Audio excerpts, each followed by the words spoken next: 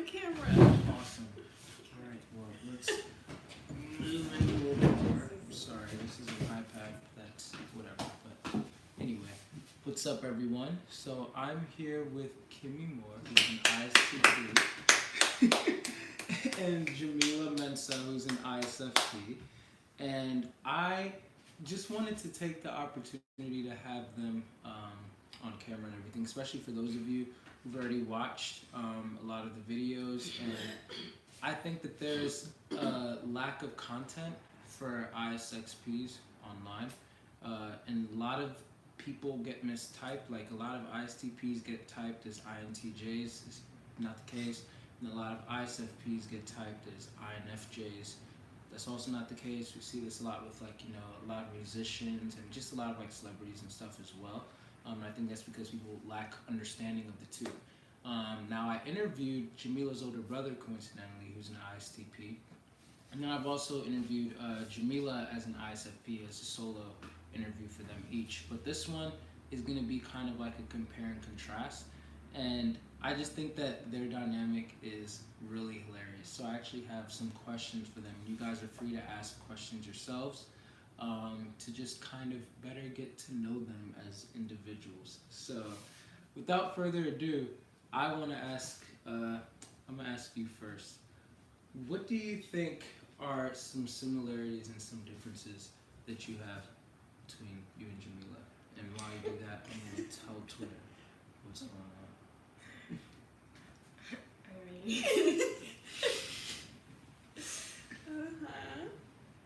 I guess, well, emotionally, I would say we're very different. She likes to process emotions. I don't necessarily like to. So one of the sentences or questions you'll hear her ask a lot is, "Oh, do you want to talk about it?" And I'm usually like, "No," and then that'll be it. But yeah, I would say there's that as far as differences and similarities. We're both really quiet. So yeah, there's that. And you? Oh, I'm still sharing. differences. Let's see.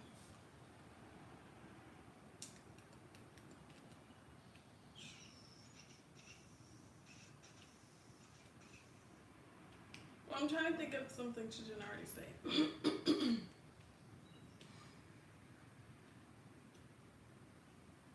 Well, this is actually kind of like more of a stereotype thing, but at the same time, stereotypes are stereotypes for a reason.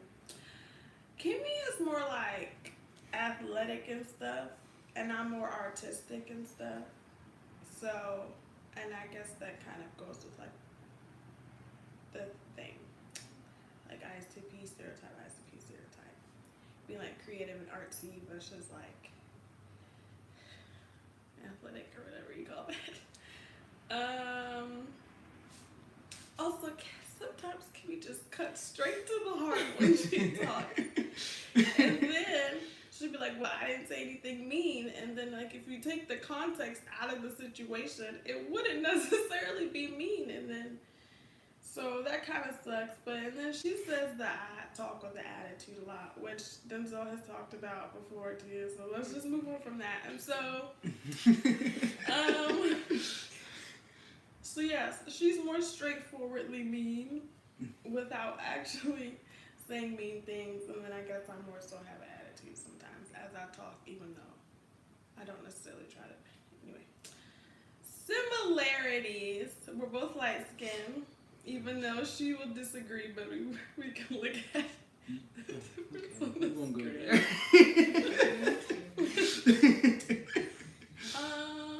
What are some other similarities?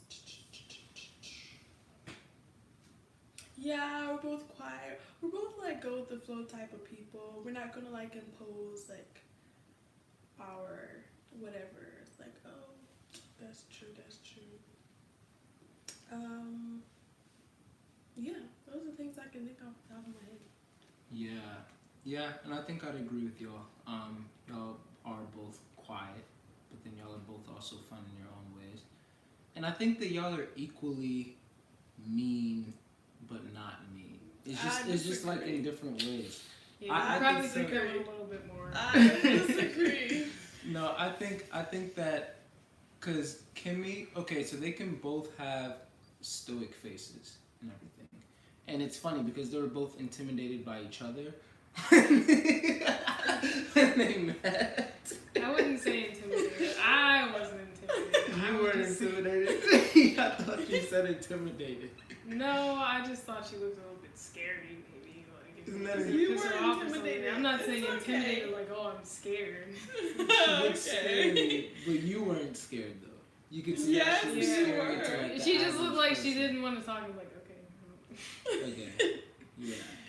But yeah, they both can have like a very kind of like face and demeanor as well, like in the way they interact with other people and everything, and then they won't even really notice that that's how they're coming off. Like Jamila will oftentimes, I mean, right now, this is she's in a good mood, you know, and that's the thing. Like to me, so she'll say that she's like often in a good mood, but then there's just a lot of times where it just doesn't look like she's in a good mood, you know?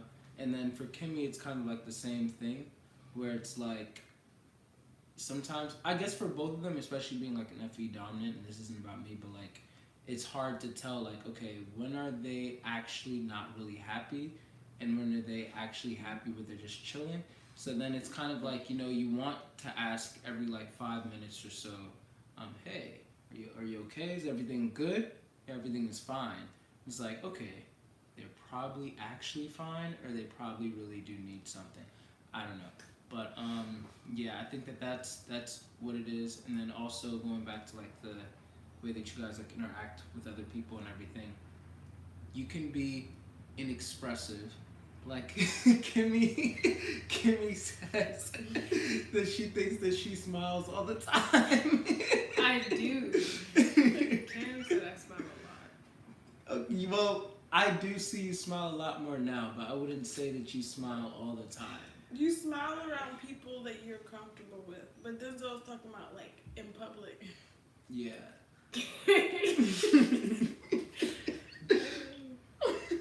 Sure. Yeah. And then Jamila, she'll kind of like, and you guys can correct me if I'm wrong, but she'll kind of like, really, yeah, for Jamila, I think everything just always depends on her mood. That's how I perceive it, at least. Like, if she's in the mood, then she's gonna give you smiles and all of that, and she's gonna be like more playful. If she's comfortable, which I guess has to do with the mood and everything, yeah, that's how she's gonna be. But then if she's not, then you're just gonna get a bye, or like, hey, like you're gonna get like some sort of like awkwardness. And I think that one also big difference between you two, but it's also similar, is that you can be very distant, and then you can just be very detached. And I think that's like a big thing that I've noticed, because it's kind of like with Jamila, it's like, okay, the feelings are always there, but you just have to like reach deeper into the bag. So now all of a sudden I'm thinking of like tide, you know, like when there's like high tide and low tide. So like sometimes the water will come like all the way up, and it's like, oh, it's easy to, you know, get in there and everything. And then sometimes it's like pretty far, and so you have to like walk a little bit farther to get there. And if you don't always have the energy to get there, or it doesn't even, it's not even seeking to be found, then, you know, that could be a problem. But with Kemi, and this is just my opinion, I feel like sometimes it's not even like there. It's the dry beach. Yeah. Like when God parted the waters with Moses. Until you find an oasis. And then it's like, whoa, and that's the cool thing, because then when you find the oasis, that water is like, so Life-saving. it's life-saving. That's It's a exactly lot better it. than a beach. It's a lot better than a beach. Okay. What are your thoughts on that? Oh, on what? On what I just said? Why do you think that is? Or, you know, Why do I think? would you agree with what I said pertaining to you and Kimmy? Yeah. Okay. why do you think then that you're usually more distant? And then what would, I guess, differentiate you from being detached as Kemi would be? And then you could be thinking about your answer as well.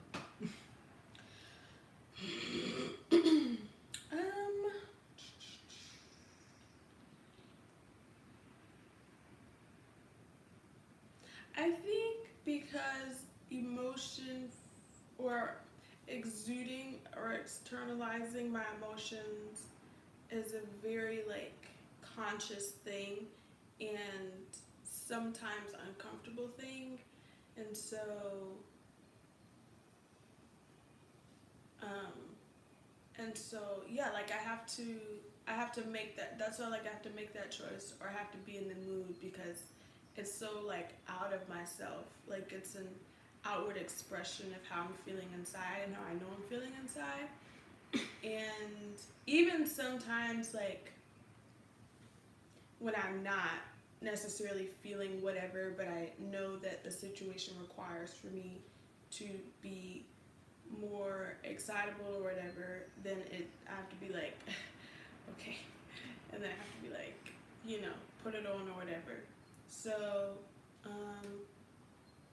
yeah. So, okay, yeah, distant, bringing it back. So that's how like I would explain the distance thing or whatever, is because things within me or like emotions within me are there, but they're all like doors that I choose to unlock and allow you to walk into or me walk out of in a way. I don't necessarily see like externalizing my emotions as like a state of being. Like my state of being is experiencing my emotions for myself, and if I choose to like allow you to experience it with me, then that's a very conscious decision for me. But they are always there, like the doors are always inside this house of my soul or whatever, but they just got a lot of locks on them and stuff. Or maybe it just has one lock and I'm just like, I just choose to unlock it, but so yeah. Yeah, that's a really good answer. And I'm not just like a real life, I'm not, well, actually no, because I'm like Jesus, and so, you know, people need a place to stay like me, then I'll more than welcome. Anyway, so also I'm just not gonna let just anybody just like, oh, mind if I come in? Like, no, yeah, I do mind, but yeah, and yeah, I think that's about it. Got you. What would you say? Why would you say you can often seem detached? I guess because maybe I am a little bit. But I mean, yeah, I just don't necessarily live in my emotions. I feel like there's nothing to be like emotional about most of the time. And if there is, then it's like, well, I'd rather think through it logically so I don't make some sort of, I don't know, mistake because of emotions. So it's like I'd rather, you know, not give myself over to whatever emotions I would be experiencing. So yeah. Could you give an example of a time that you did that? Like you almost caught yourself probably succumbing to emotions, and then instead you diverted and you went like, no, I have to think of this more logically, or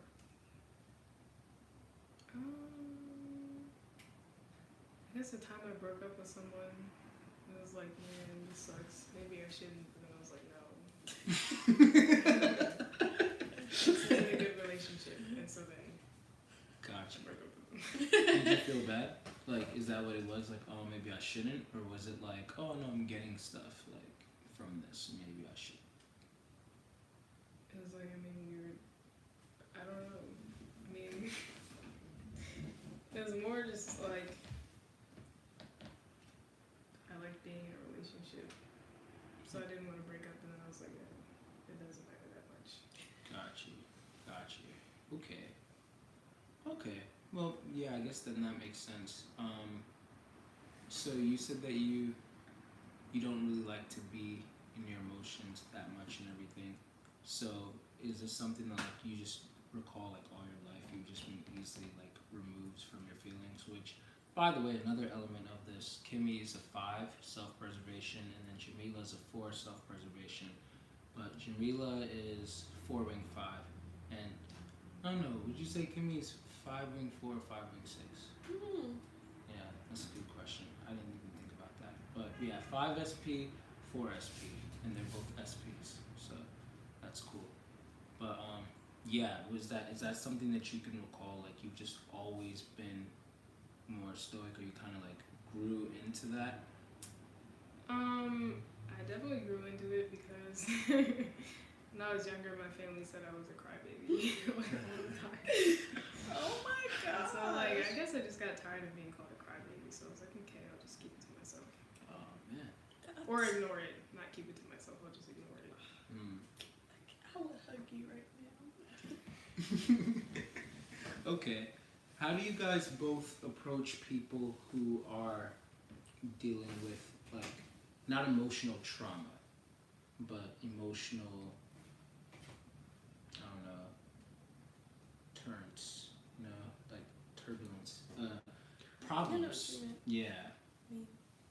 Yeah, like if I, for example, well, I won't say like in this exact moment, but if you like, I guess saw me and I'm like really down and crying about something, how do you think that you two would respond? Well, actually, I would like to go back to the last question because Kemi talked about her childhood, and I was like, wait, I feel like that's kind of similar for me, which could have to do with the self-preservation thing. They didn't really call me a crybaby. I just felt like I wasn't really allowed to show emotion, and so allowed is kind of a strong word, but like it wasn't necessarily encouraged or welcomed. And so then I kind of just contain it all within myself. And so, yeah, I feel like that adds another, like, reason, I guess, why I'm more distant. Maybe compared to even other ISxPs, I don't know. But because I feel like I have to, like, protect my emotions and I don't want to seem weak or whatever. But, like, I don't really mind being vulnerable. I just, as long as I feel like there's a good reason and there's good that can come out of it. Like, I don't mind being vulnerable or, like, processing emotions, none of that. It's just in terms of, like, externalizing it, it's like, I have to not, in a way. Not. Got you. Well, then real quick, do you mind being vulnerable? Yes. Got you. And it's because of what you experienced? Or is it because emotional territory is just uncharted waters for you? Kind of a mix of things, mix of that, but probably, I don't know, it's just uncomfortable. It's just like, why express this to someone else when I can just deal with it myself? Yeah. Does that work well for you? I mean, I thought so, but recently, kind of learned a lesson. Got you. But it's just, yeah. I also don't trust people to, like, necessarily react the way I might need them to. So I'm like, I'm just not going to say anything. How do you prefer people react to you? Which I guess is going to still tie in. I bookmarked that question that I asked, but I guess that kind of like ties into what I asked about if you found somebody crying, like how would you approach them if you do at all? Depends on the situation, but most of the time, it's like extra annoying if like, I don't know, people are like, oh my gosh, I'm so sorry. Or like, are you okay? Like whatever, trying to be like really, what's the word? I don't want to say comforting, it sounds messed up because everybody wants to be comforted, but like, I just feel like people make things a bigger deal than they are sometimes. And so, yeah. I don't like for people to feel sorry for me. Okay. Okay. And because do you think that's part of your vulnerability in a way? Like if somebody was to catch you, because then I guess what I'm trying to understand is how would you want for somebody to comfort you? Because you just said that they don't respond in the way that you would probably like for them to.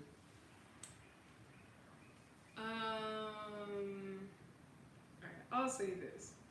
The person that knows how to comfort me best is my father. Mm. And usually, I don't know, if something's wrong, like he'll sit there, listen, and not be like, oh, I'm so sorry, are you okay? Like, whatever. He'll just be sitting there listening and then offer whatever advice and hug me or something. And that's good enough. Okay, so then you're not really looking for empathy. No. Got you. And not only are you not looking for empathy, you kind of don't like it. I don't need it. You don't, well, you might not need it, or you might think that you don't need it, but do you have like some type of like a test towards it? Like that's what would turn you off? Yeah, it's just kind of like uncomfortable. It's like really extra. Got you. Okay, that makes sense. Cause like if I have a problem, I'm just looking to solve it. I don't need the extra like, like it's just like, just tell me what to do. Okay. Oh, no, that makes sense. I think that's probably going to be very helpful for a lot of people who are dealing with fives and ISTPs in their life. So that's a really good, and that's even helpful for me to understand too. Okay, what were you going to say, if you remember? You're probably either going to comment on that or the question about if I was dealing with something. Oh yeah, I was just gonna answer your question. Mm-hmm.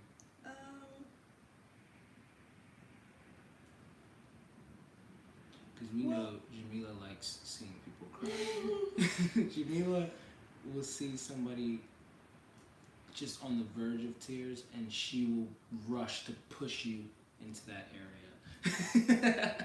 Just so that she can then jump in and save you. Alright.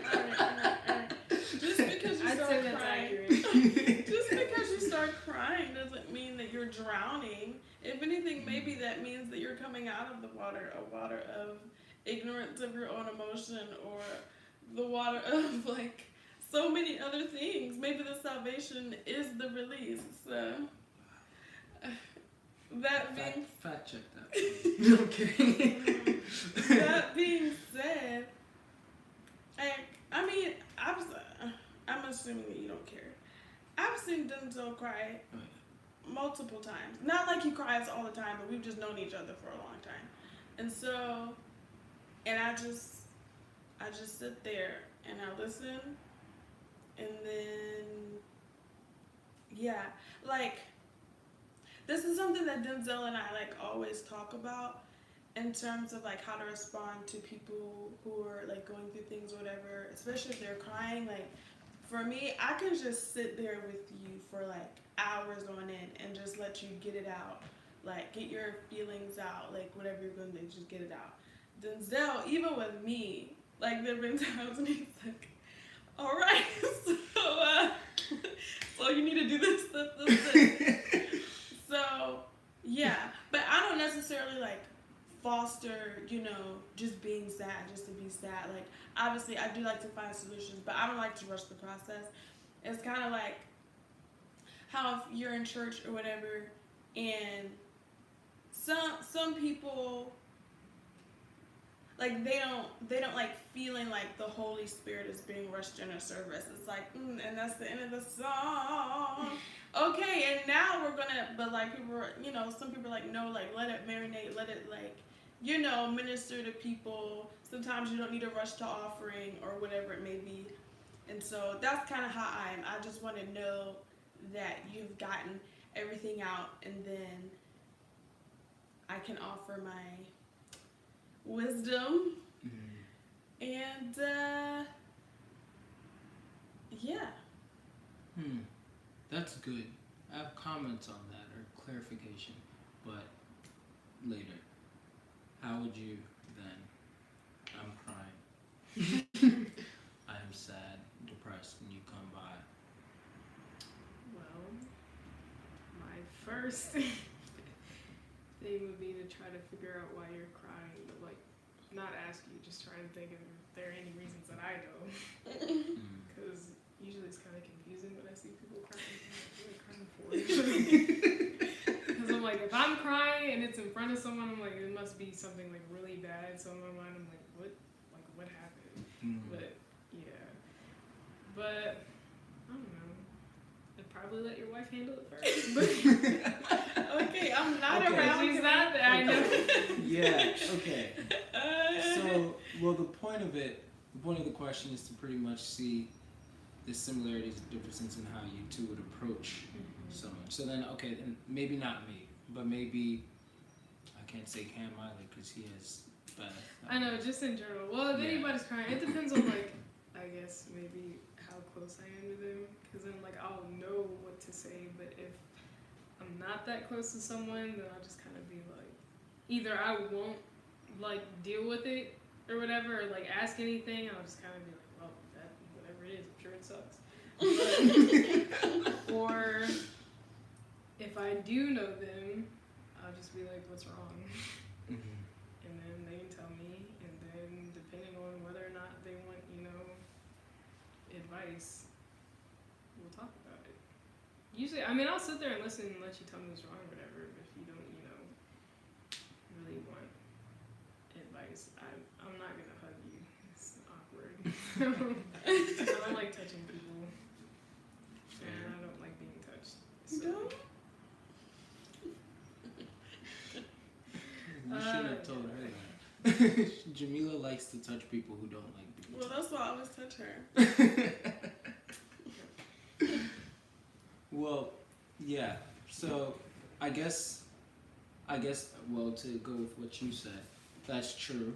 I think, because I feel like we're similar, For sure. but I think that I come up with the solution faster for people, and then I get excited and I want to give them the solution, because now it feels like they're driving and using up a whole bunch of gas when I could just stop the person like, hey, maybe you can turn over here, take that left, take that right over there. That way you don't have to go all the way down there in order to get to over here. Yeah.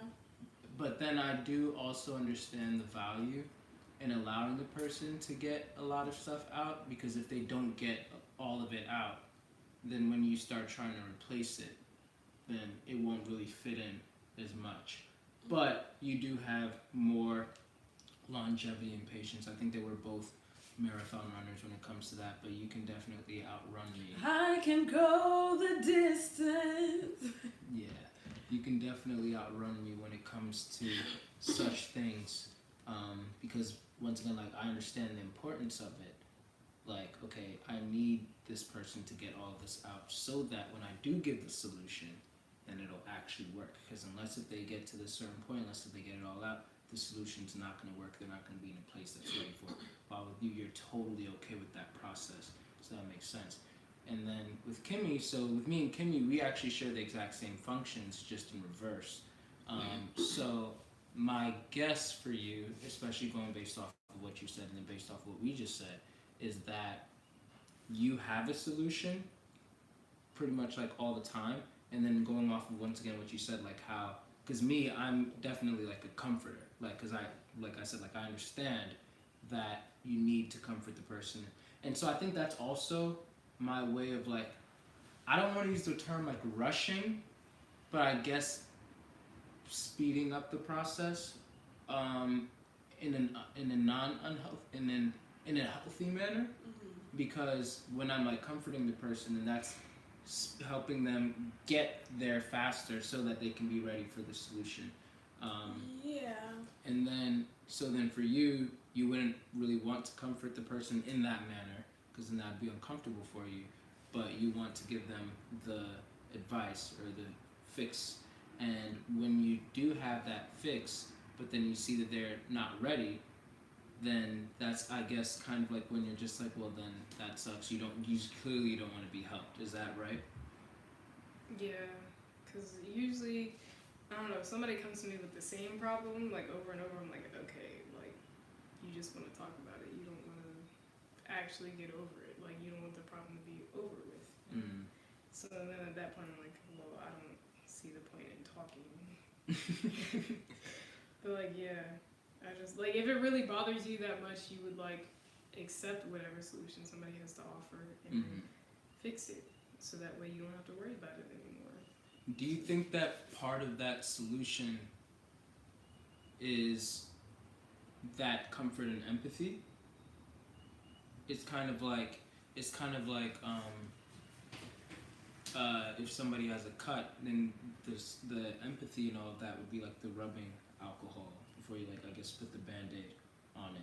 But then if you just put something on it, then it won't really like work all the time. Sometimes it might work depending on, I guess, the type of cut that's there. But I mean, yeah, sure, can be, but I mean, I'm not the person for that. And I think most that's people good. Know know your that. giftings. Know your giftings. Like, anybody that knows me probably knows, like, well, I'm not gonna, if you're looking for comfort, you're probably not gonna, like, talk to me about it necessarily. And that doesn't bother you because you know that that's Unless maybe it's my sibling, but I don't know if they're actually looking for comfort. Mm. Or maybe it just doesn't bother them because they know me, but. Got you. Okay, so then you could probably see yourself, like, as in, you probably don't give somebody enough time or comfort to be able to even accept the golden advice that you probably have for them. Do you think that that's something that I should probably change that so that my advice would be more receptive, or is it something that's like, actually, I think I'm okay with like how things are, like, because it does land when it does land. Do you get what I'm saying? I'd say probably, I guess both technically, because it's not, I don't necessarily care, but at the same time, I mean, other people might, and if my goal is to help them, then like, sure, it wouldn't kill me to give them a little bit more time, but. Yeah, got you. Okay, that makes sense. Do you have any comments on anything that was said? Yeah, I guess I didn't like see comfort and solution as like two completely different things. Like when you were saying you rushing, or not rushing, but like you comforting the person is your way of like doing whatever. I don't know, I kind of lost my train of thought. Never mind. Okay. Well, okay. Well, I have bullet questions for you. Bullets a double entendre here because they're bullet pointed and they're also quick.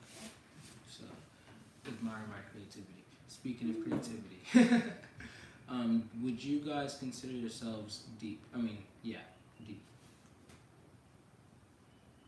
Yeah. How so? And would you consider yourself deep?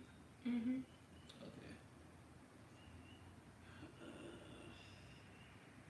We all know that y'all are not conceited here, so feel free to brag on yourself. Especially as censors, you know, in the MBTI community, y'all get the rep for like not being deep and all of that. And so,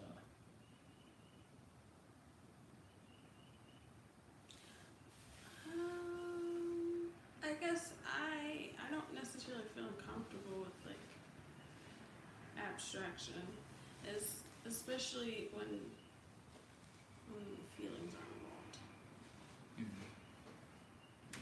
That's the short answer.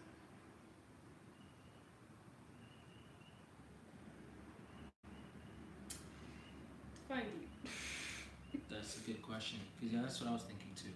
Well, that's kind of what I was trying to see where you would go, because then with what Jamila just said, I was thinking of how like interesting that was. Like I just said deep, and then she said abstraction, but feelings being involved. So it's like, got you. So how about you? How would you define deep? I don't know, when I think of deep, I think of getting like kind of lost in your thoughts or something. Mm. I don't know. I just think about thinking very, very deeply, like trying to. In my mind, it's almost like figuring out a Rubik's cube. Mm. As far as like cycling through my thoughts, or sometimes emotions, which isn't super frequent, but like that's definitely what that feels like whenever if I am trying to sort through emotions or whatever. It feels like trying to solve a Rubik's cube, and it's maybe the first time you've ever seen them, but Wow. Wow. I relate to that. that's why I'd rather not do it. Mm. Mm. So then, would you say then, like, because if you'd rather not do it, does that mean you just have the ability to be deep in that way, but you just choose not to? Yeah. Okay. Are you talking about your thoughts too, or just your emotions? Yeah. Well, for thoughts, it's easier because it's just like thoughts. But I guess.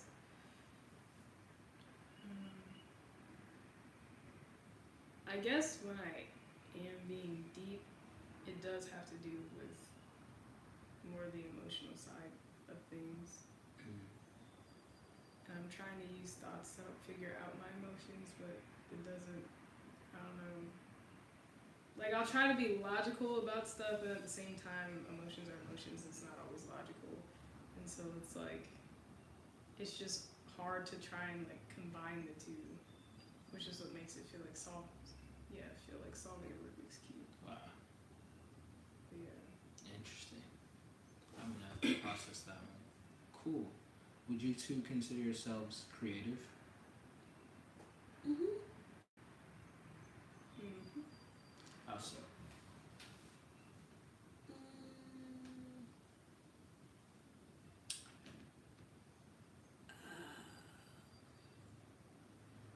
Well, let's talk about the things that I like to do. So, I like to write, I like to sing, I like to act, I like to paint, I like to doodle. And especially writing songs, then I enjoy finding a way to connect like ideas and concepts to in an artistic way to like make a story or to make a message or something using words. I think words are really cool. And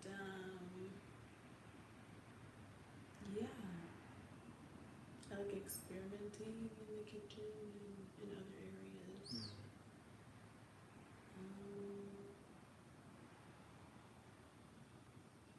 I like exploring new things too, and I think that helps me to be creative as well.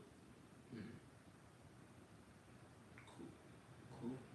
How about you? Oh, I'm with clothes. Oh yeah, very creative with clothes and music altogether.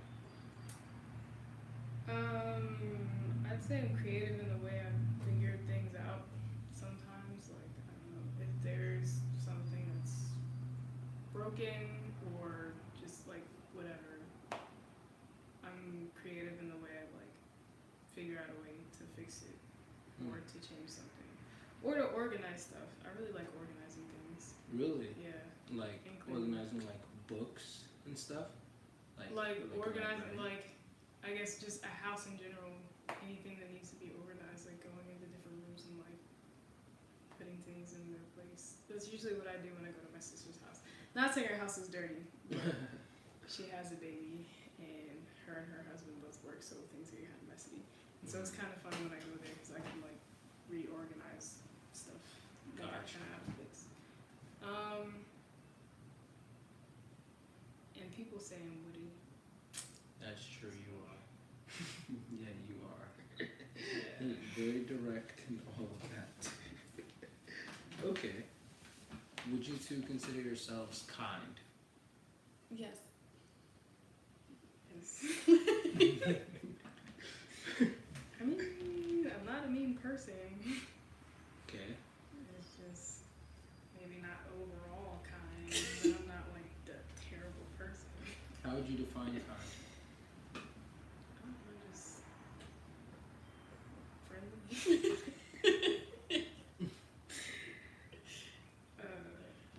Just I don't know, probably someone who's really like bubbly and whatever for the most part, which I'm not all the time. It just depends on how well I know you. I'm kind to my friends. You are. You're kind to me. Yeah, and by kind, you mean you're thinking of friendly. I mean bubbly. I wouldn't say bubbly. Yeah, I was thinking that too. I was like, Not oh, bubbly. Well, okay, well I'm saying, I was just thinking bubbly with like other people that you don't know and stuff, just being able to be like welcoming and stuff to them, I guess. But like if I don't know you, I'm not gonna know what to say to you or like how to interact and stuff. So it's just like I just maybe not with those people, but with people that I do know, yeah, I can't be bubbly with strangers. Maybe sometimes. I don't know if I'd still call it bubbly either. I'll just say I can be more excitable around friends and stuff, and definitely be more welcoming and everything. Gotcha. How are you kind? I would say that I'm kind because I'm empathetic, or at least I view myself as an empathetic person. So I guess it's kind of how I view kindness is empathy and compassion. Like somebody needs something, then I'll do it or whatever. Yeah, and then you're kind in that way too. Kemi's always giving us rides by the kindness of her heart. But that's just because she knows us. If we were strangers, she would. That's what she said. That makes sense. Okay, yeah, that makes sense. I don't think you should give any strangers. I feel like most people would. Then we live in a world now with Uber, so there's that too. But that's also a different thing. Okay, we kind of already talked about this, but would you guys consider yourselves abstract?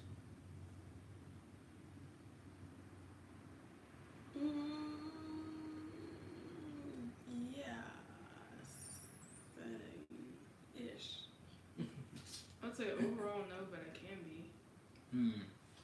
How so? Just depends.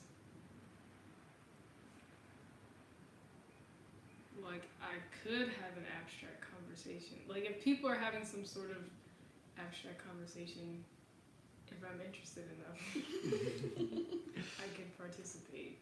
But I mean, for the most part, I just don't like think abstract and like, oh, what if whatever, just for no reason because I don't really care. But Yeah, that explains a lot during our Bible studies.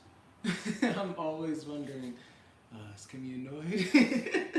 I won't be annoyed. I'm just like kind of checked out a little bit because I'm like, well, I don't know. Fair.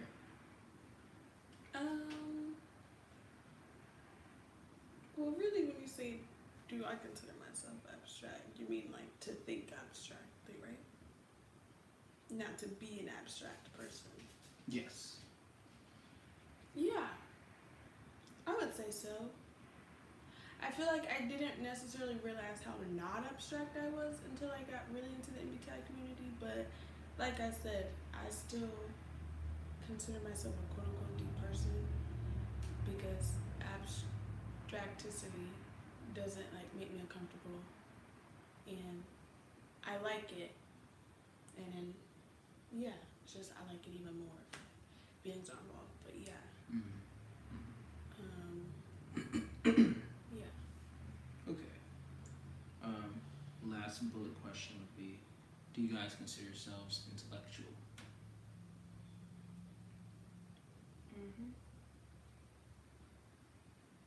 How so?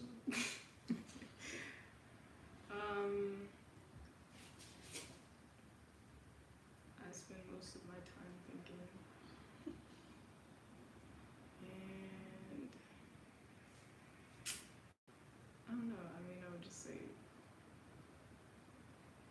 we can have an intellectual conversation about, you know, whatever. I feel like, I don't know what I'm trying to say. You know, the answer is no.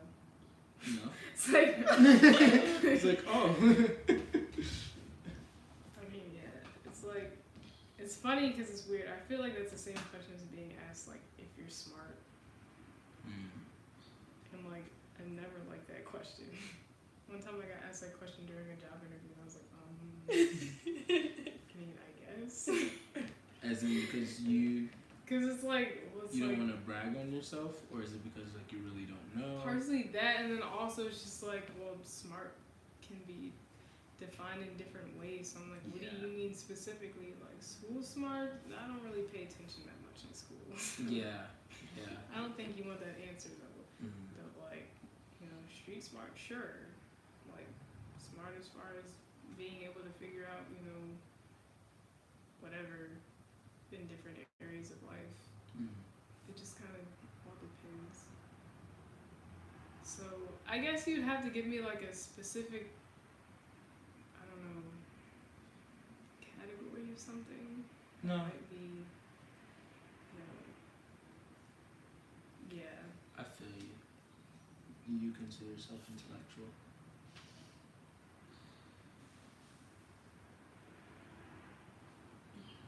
I don't think so. Why not? Because when I think of intellectualism, I think of like reading and like knowing things, and I just feel like I don't really know anything, and I don't really read. Like any type of ideals or belief systems that I have, I like came up with it myself. So, I mean, I could see why people would think that I'm intellectual, but like, because I just feel like I don't really know anything, and everything is like subjective to me. Like, yeah, like I think this and what if that, and I don't know, maybe like also intellectualism could be parallel to being opinionated. I don't really find myself an opinionated person because I don't really know. I feel like I don't know enough about anything to have that strong opinion about it. So, yeah. Okay. Yeah, that's good.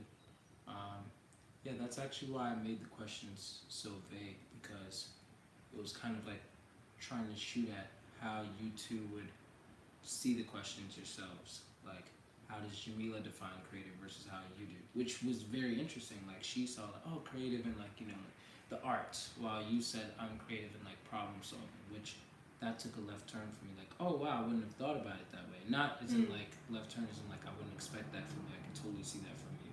But it's like, oh, that is, you know, like creativity. Like even like when we said that, oh, I think the shower is clogged or something. Huh, I think I can fix that. You know, like I don't know. So I think that's kind of like cool how each of you may approach things in a certain way. Like when we were talking about kind versus Jamila's kind, like, oh yeah, just empathy and this. While for you, it's like just being bubbly and friendly to people. So I think that's also interesting. Well, I have two more questions before we wrap this up. What would you say is easy for you guys? Like something that's very easy for you too.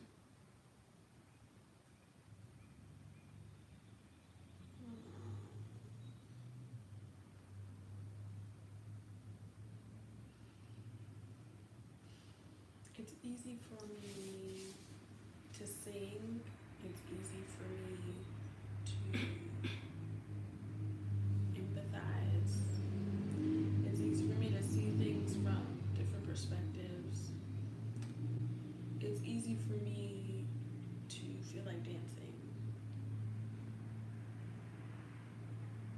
And it's easy for me to like look at something and see how it connects or could connect to something else in a creative way.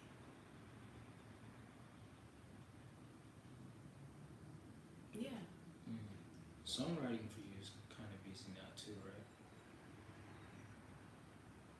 Oh yeah, songwriting's easy. That's kind of what I meant by the last thing I said. Like, I can look at a tree and think of how I can implement a tree into like conceptual song. That's really cool. Yeah, I've seen you do that. just from conversations. We were at a Tori Kelly concert yesterday. I'll be posting videos about that, by the way. But one of the things that Tori said, which I also believe that she's an ISFP as well, but she said that when she's songwriting, then most of her songs come from just like random things of conversation, and I think that's very interesting because Jamila's like that too. Like Jamila will literally come to me. Oh, it froze, or maybe it didn't. I don't know. Okay, whatever. Jamila will randomly come to me. I should probably check the laptop. I'll see it. And say that she.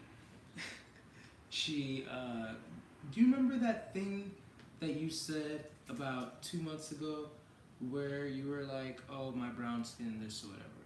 Well, I made a song about that, and she'll have a whole concept, a whole song based off of that. So I think that's also like very fascinating.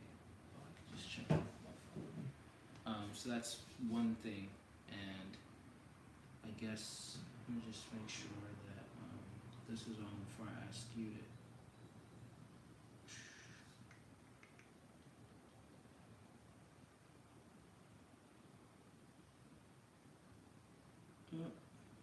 Yeah, it froze, but I'm not really sure why. I mean, maybe they could still hear us. Okay. We'll wrap up with the last question. Leave the time is going. Yeah. Okay. Let me see if the audio is there.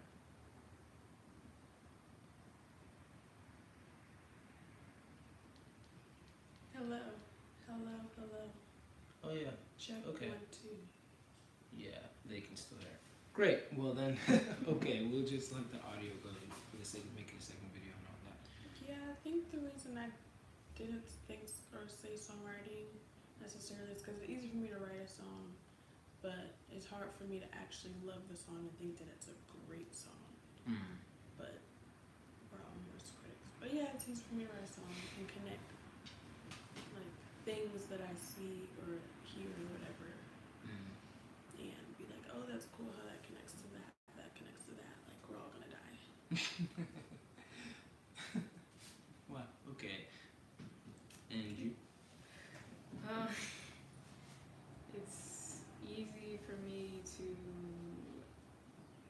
fix things most of the time, and it's easy for me to, I guess, think through problems as long as they don't necessarily involve feelings. Like, I'll be able to help people out with stuff morally, but like, you know, as far as emotions go and making sure everybody's feelings are intact afterwards, it's not necessarily my concern. But Morally versus feeling. That's cool. there's that. I don't know. Physical things depends. It's easy for me. I mean, this is gonna sound weird. I don't know. No, say it. Say it. Say it. We want to hear it. No, but it's easy for me to get a hang of like different sports, I guess, as far as the mechanics go for those. Or to be like Such an decent at ISTP. it. That's yeah. Except you were soccer, good with I hate archery, soccer. right? Yeah. That's crazy. Kemi beats me every time we play a game on the iPhone, Yeah, that's. and we play a lot. That's how Jamila's older brother is too. He just picks up anything, and then all of a sudden he understands the mechanics of it, and he can do it very well. It's actually crazy. But cool. All right. Well, I think that it froze the screen or whatever because of space on the iPad. Maybe I don't know. Probably still. I don't know. I'll check that out. But the audio is what matters, and they've looked at you for the past like 15 minutes or whatever. So, nonetheless, thank you two for both doing this interview and making yourselves vulnerable enough to be able to share. And for those of you who are watching post live stream and all of that, thanks for watching. Now, hopefully, you guys understand the difference between an ISTP and an ISFP, and hopefully the difference between them and every other type. And hopefully a lot of you are like looking at the INTJs and INFJs in your life now. And like, oh, you know what? Actually, I think that they're probably ISTP or ISFP, because that's a whole other thing, you know. But yeah, thanks again for you two joining in, and I think that's